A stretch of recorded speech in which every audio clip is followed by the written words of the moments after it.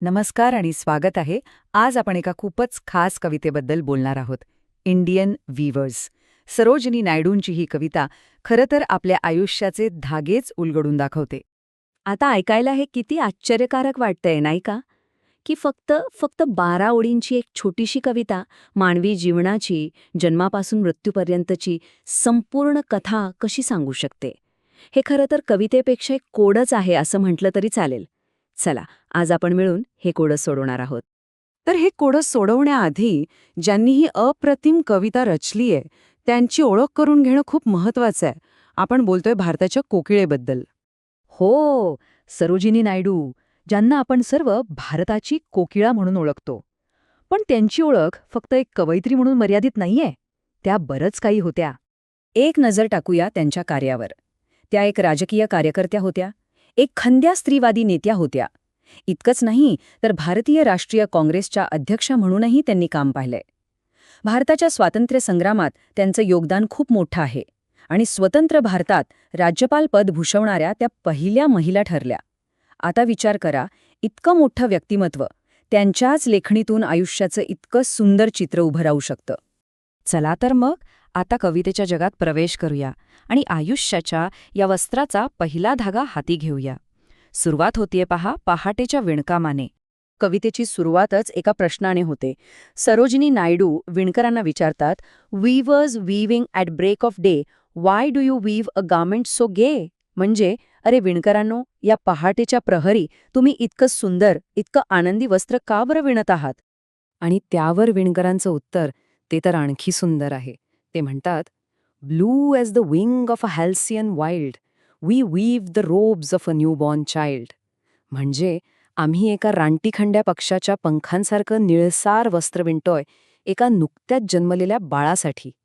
काय सुंदर कल्पना आहे नाही का? आता बघा, इथे प्रत्येक गोष्ट किती विचारपूर्वक निवडली आहे.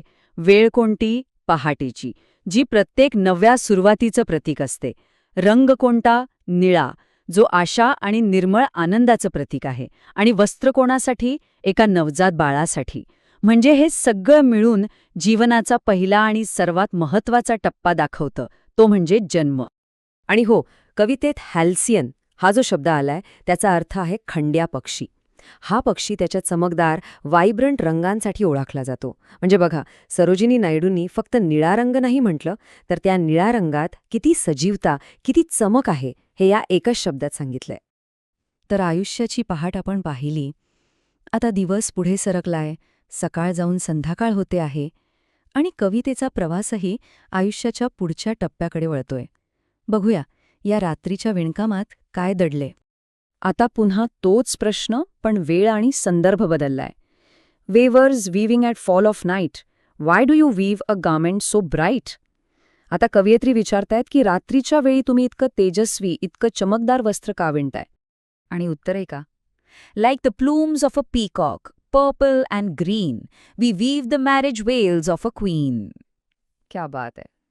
ते म्हणतात, अगदी मोराच्या पिसाऱ्यासारखं जांभळ्या आणि हिरव्या रंगाचं आम्ही एका राणीचा विवाह शालू विणत आहोत.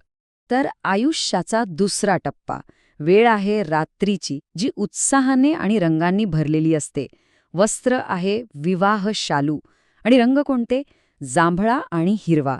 हे दोन्ही रंग उत्साह, समृद्धी, प्रेम आणि उत्सवाचे प्रतीक आहेत. म्हणजे आयुष्याचा ऐन उमेदीचा काळ, तारुण्य. इथे प्लूम्स हा शब्द वापरलाय. याचा अर्थ होतो मऊ, लांबसडक पिसं, जशी मोराची असतात. या एका शब्दातच त्या शालूची भव्यता, त्याचं सौंदर्य आपल्या डोळ्यासमोर उभं राहतं. जन्म झाला, तारुण्यही अनुभवलं. आता आपण कवितेच्या आणि आयुष्याच्या शेवटच्या टप्प्याकडे येतोय. इथून पुढे कवितेचं वातावरण, तिचा सूर, सगळं काही बदलून जातं. आता कवयित्रीचा आवाजही गंभीर झालाय. Weavers, weaving solemn and still, what do you weave in the moonlight chill? त्या विचारतायत, विणकरांनो, तुम्ही इतके गंभीर, इतके शांत, या थंडगार चंद्रप्रकाशात असं काय विणत आहात? बघा, सॉलेम म्हणजे गंभीर, स्टिल म्हणजे शांत आणि चिल म्हणजे थंड. हे शब्दच आपल्याला पुढची कल्पना देतात. आणि मग येतं ते शेवटचं उत्तर, जे आयुष्याच्या वर्तुळाला पूर्ण करतं. White as a feather and white as a cloud. We weave a dead man's funeral shroud. पिसासारखं शुभ्र, ढगासारखं पांढरं, आम्ही एका मृतदेहासाठी कफन मिळत आहोत.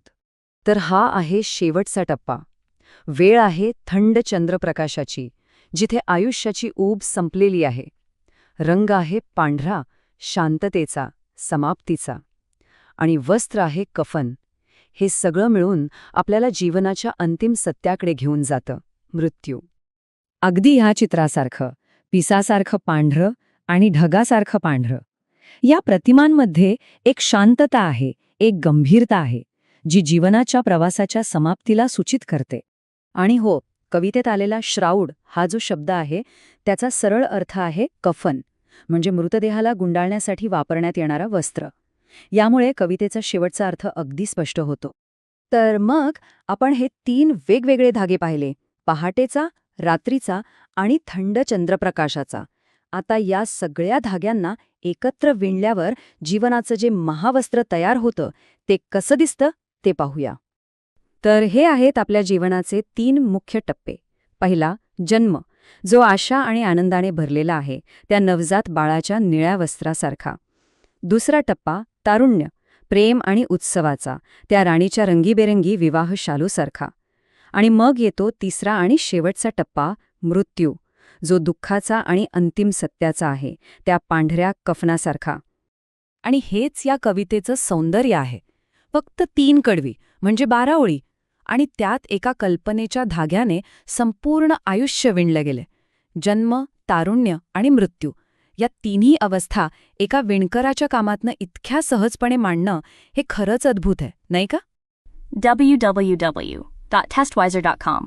Testwiser is a digital learning platform designed for students to prepare for board and competitive exams, offering chapter-wise tests and full-length mock tests. Study material like video, PDF notes, DPP, MCQ, theory, and most important, Maharashtra engineering admission counseling across multiple domains.